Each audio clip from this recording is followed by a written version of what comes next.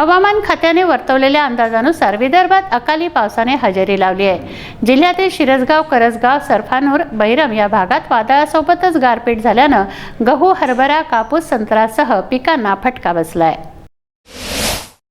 अमरावती जिल्ह्यातील चांदूर बाजार, धामणगाव रेल्वे, चांदूर, नांदगाव, खंडेश्वर, मोर्शी, परतवाडा भागात अकाली पावसाचं आगमन झालं आहे। बैरम परिसरात लहान स्वरूपाची गारपीटही झाली आहे। हवामान खात्याने वर्तवलेल्या अंदाजानुसार रविवारी दुपारपासूनच अकाली पावसाने हजेरी लावली। सध्या विदर्भातील शेतकऱ्यांच्या शेतात उभं असलेलं गहू, हरभरा, कापूस ही पिकं काढणीवर आहेत।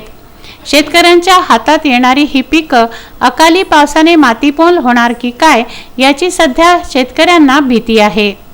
सध्याचं झालेलं वातावरण बघता पुन्हा एकदा जोरदार पावसाची शक्यता नाकारता येत नाही।